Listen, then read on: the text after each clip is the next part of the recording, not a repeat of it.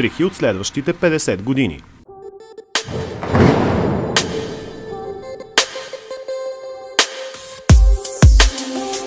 В първия епизод на Архивите на бъдещето ще поговорим за историята на виртуалната реалност и предизвикателствата, които тази технология поражда.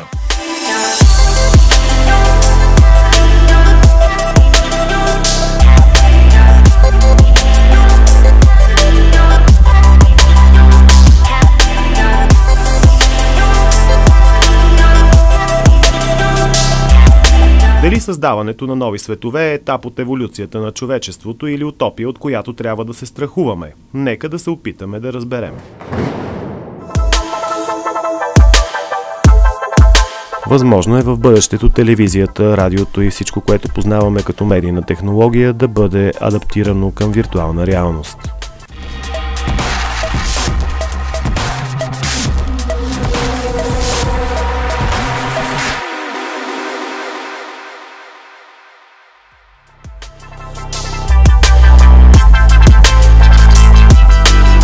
Понятието виртуална реалност за първи път се появява в краткия разказ Pygmalion Spectacles, написан от Стенли Вайнбаум през 1938 година.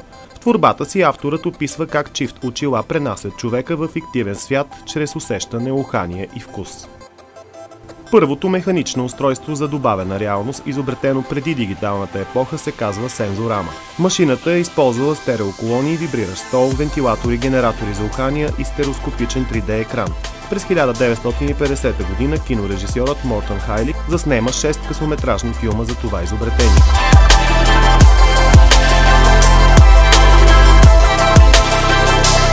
Viewmaster е първият стереоскопичен визуален симулатор, представен през 1939 година в Ню Йорк. Изследователят на информационните мрежи Марк Постър предполага, че термините виртуална реалност и реално време са непосредствено свързани с втората медийна епоха и конституират симулативен тип култура. Джером Ланье е водещ световен експерт в областта на компютърните науки, а някои го смятат за създателят на виртуалната реалност в съвременния й вид. Енциклопедия Британика включва неговото име в списъка на най-великите изобретатели на всички времена.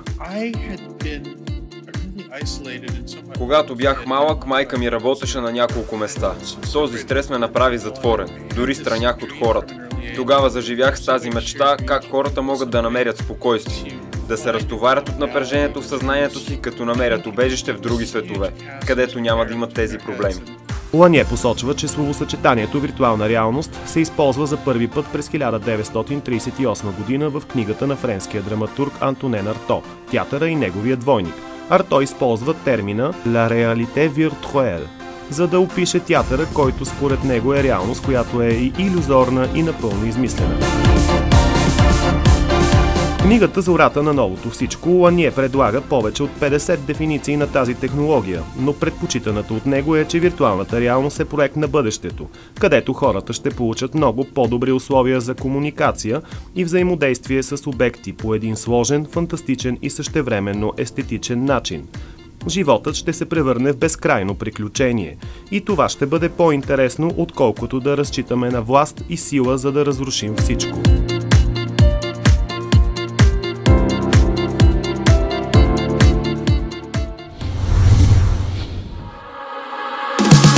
Предложението на Македония за Евровизия през 2017 година беше посветено на виртуалната реалност.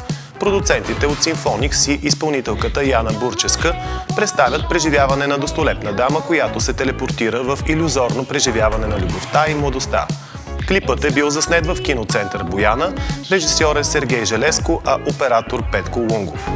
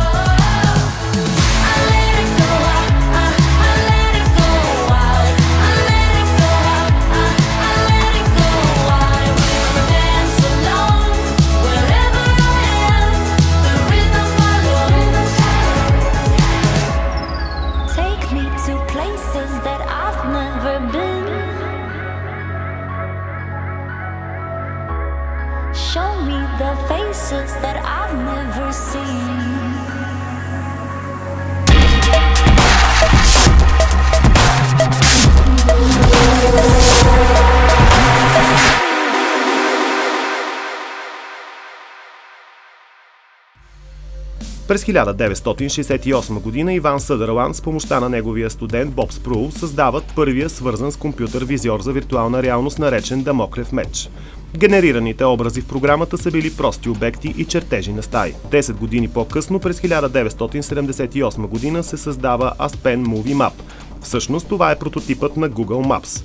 Потребителите на планинското градче Аспен в Колорадо са имали възможността да се разхождат по улиците в 3 режима – лято, зима и полигони.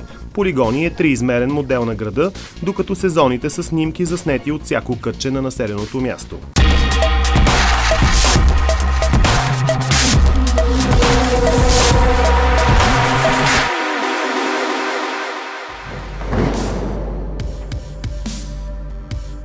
Въздействието на виртуалната реалност в образованието е силно и носи предимства на учениците от всички възрасти. В същото време разходите за обучение по десетки предмети може да намалее драстично, например по история, география и биология. В Канада виртуалната реалност е вече добра практика и се възприема изключително добре от младежите. Те са подобрили устойчивостта на своите знания, а в творческите дисциплини демонстрират пространствено мислене и многопластовост при изпълнението на поставените им задачи.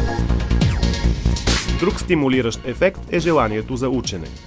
Това се дължи на лесното възприемане на учебния материал под формата на игрово преживяване.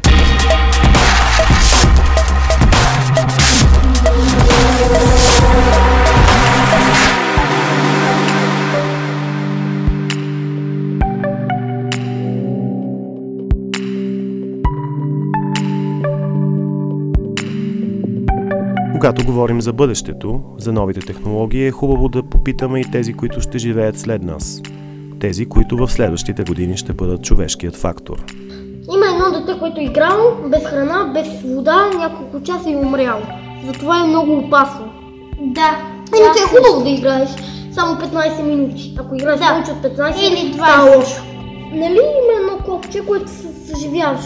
Пише рестарт. Ама той няма такова в реалния живот. Да, опасно е. Опасно е, да. Ако там се програмират. Ако не може край, всичко свърши. Там се оставаш за винаги. Трябва да играеш образователно. Може да играеш някои, ама не с толкова насилие, с ножове, зомбита, ала-бала. Да видиш планета Земя на живо така. Или на луната да има и възедни и да ги видиш. Децата предупреждават другите деца, че виртуалната реалност крие и опасности. Миналата година беше един човек, който майката фърлила през прозореца телефонен компютър и той скочил също. Има една много опасна игра с синия кит. Първото ниво е да изплашиш майката баща си, а последното ниво да скочиш от прозорче. После след третото ниво мозъкът ти стане на пихтия и умираш. Ако живееш примерно в компютъра, как ще излезеш? Кабели и да не може да ги махнеш. Не е хубаво, защото губиш представа за реалния живот. Истинския живот имам предвид, иначе не е хубаво. Когато човек е самотен, той полудява. Ние не го усещаме, че сме гладни в виртуалната реалност, защото ние сме невидими и завинаги.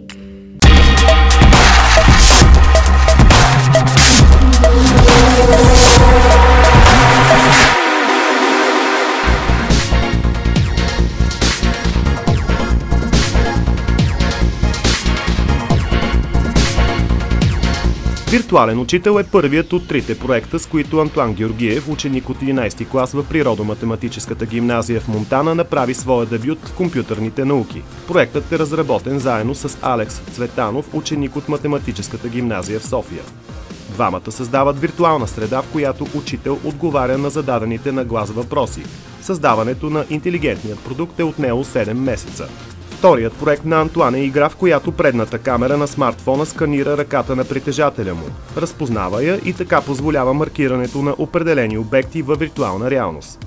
За проектите си през 2018 година Антуан Георгиев получи от президента на републиката Румен Радев сертификат за отлично представяне в категория дебют на годишните награди Джон Атанасов. Нека чуем какво споделя самият Антуан. Моят проект се нарича Bomber VR и цели изучаване на човешкото поведение във виртуална реалност, както и изследване на капацитета на работещата ни памет. Концепцията на проектът ми е следната. Потребителят трябва да маркира определени обекти, които имат определени характеристики. Например, трябва да маркирате средната сфера. Като времето за изпълняване на това действие е ограничено. Проектът ми всъщност е вдъхновен от един много известен психологически закон, известен като закона на Милер. През 1956 година Джордж Милер прави психологически ресърч и заявява, че има горен лимит във възможността ни да запомняме обекти и характеристики в работещата си памет и установява, че този лимит е 7 плюс-минус 2 елемента, т.е. между 5 и 9. И това число, т.е. този масив от числа, се нарича закон на Милер. Когато изучих закона на Милер, се замислих за приспособяването му и адаптирането му към виртуална реалност. Изводът при тестването на играта показва, че във виртуална реалност нашият капацитет е по-нисък.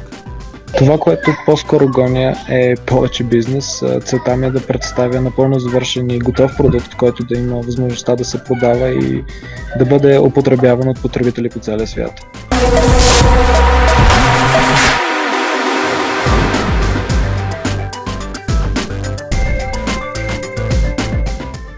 Ето и кои са 5-те предимства на виртуалната реалност в образованието.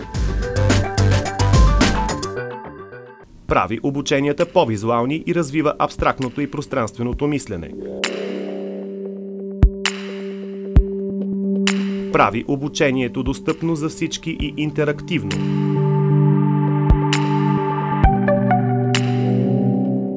Привнася външния свят в класната стая безопасно.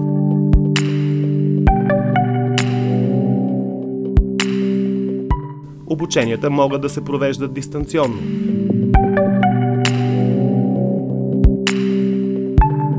Подобрява запаметяването на наученото от учениците.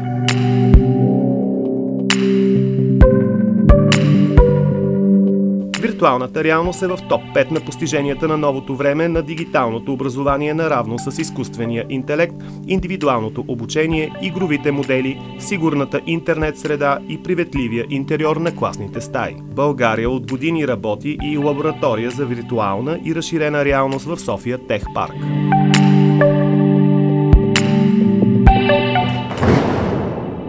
Следващия епизод на Архивите на бъдещето очаквайте. Приложението на виртуалната реалност в обучението на войници и в подготовката на пилоти, лекари, машинисти и космонавти. Ще поговорим и за негативното влияние на тази технология върху психиката на децата. Ако ви допада тази рубрика, дайте по един лайк в нашата Facebook страница.